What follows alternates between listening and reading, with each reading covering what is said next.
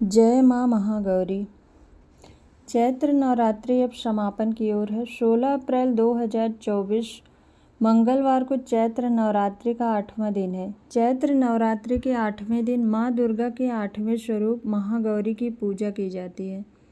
नवरात्रि की अष्टमी तिथि का विशेष महत्व होता है। इस दिन लोग कन्या पूजन भी करते हैं। माँ महागौरी का रंग अत्यंत गोरा है। इनकी 4 भुजाएं हैं और माँ बैल की सवारी करती हैं। माँ का स्वभाव शांत है। शास्त्रों के अनुसार माँ महागौरी की पूजा करने से सभी पापों से मुक्ति मिलती है। माता महागौरी का प्रिय भोग। देवी भागवत पुराण के अनुसार नवरात्रि की अष्टमी तिथि को माँ महागौरी को नारियल का भोग लगाना चाहिए। भोग लगाने के बाद इसे प्रसाद के रूप में वितरित करना चाहिए। माँ महागौरी की पूजा करते समय गुलाबी रंग के वस्त्र धारण करने चाहिए।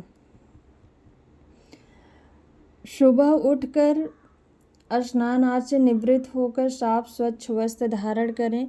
माँ की प्रतिमा को गंगा जल या शुद्ध जल से स्नान कराएं। माँ को सफ़ेद रंग के वस्त्र अर्पित करें। धार्मिक मान्यताओं के अनुसार माँ को सफ़ेद रंग पसंद है। माँ को स्नान कराने के बाद सफ़ेद पुष्प अर्पित करें। माँ को रोली कुमकुम चढ़ाएं। माता महागौरी को मिष्ठान पंचमेवा फल अर्पित करें। माँ महागौरी को काले चने का भोग अवश्य लगाएं। माता महागौरी का अधिक से अधिक ध्यान रखें। माँ की आरती करें। अष्टमी के दिन कन्या पूजन का भी विशेष महत्व है। इस दिन कन्या पूजन भी कर सकते हैं।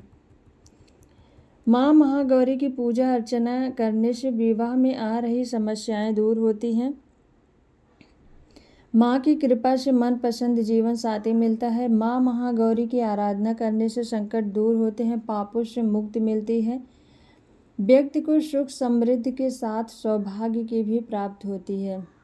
माँ का प्रिय पुष्प रात की रानी है। इनका राहु ग्रह पर आधिपत्य है। यही कारण है कि राहु दोष से मुक्ति पाने के लिए माँ महागौरी की पूजा की जाती है। माँ महागौरी मंत्र। या देवी सर्वभूतेषु माँ गौरी रूपेण संस्थिता नमस्तस्यै नमस्तस्यै नमस्तस्यै नमो नमः। श्वेते विषे समारूढ़ा श्वेतांबरधरा शुचि। नवरात्रि में 8वें दिन महागौरी शक्ति की पूजा की जाती है। नाम से प्रकट है कि इनका रूप पूर्णतः गौरवर्ण है।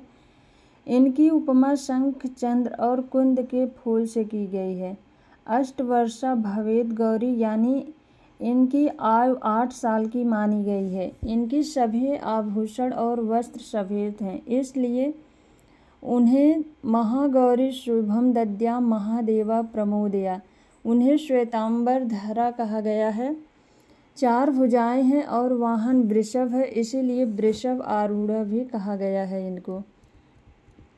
इनके ऊपर वाला दाहिना हाथ अभय मुद्रा धारण किए हुए है तथा नीचे वाला हाथ त्रिशूल मुद्रा धारण किए हुए है। ऊपर वाले बाएं हाथ में डमरू धारण कर रखा है और नीचे वाले हाथ में वर मुद्रा है।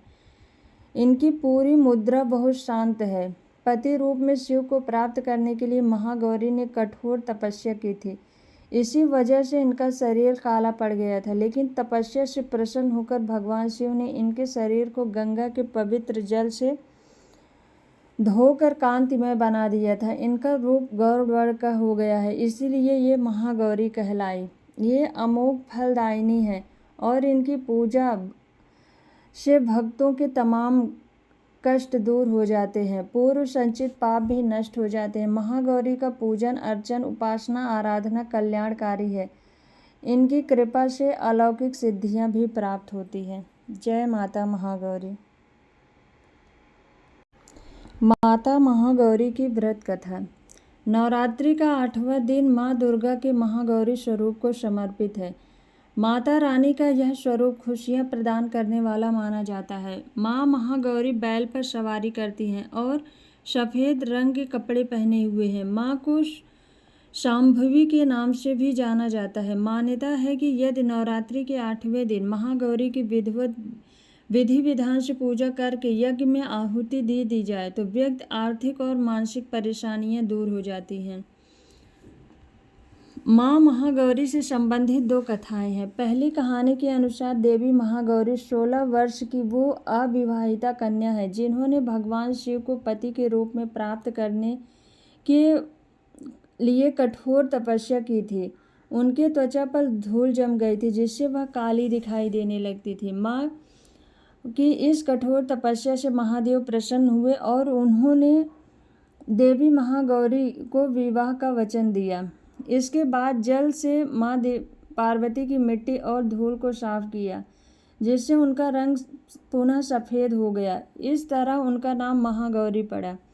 माँ महागौरी से संबंधित दूसरी कथा के अनुसार शुंभ और निशुंभ दो राक्षस पृथ्वी पर तबाही मचाने लगे थे जिसका अंत केवल देवी ही कर सकती थी।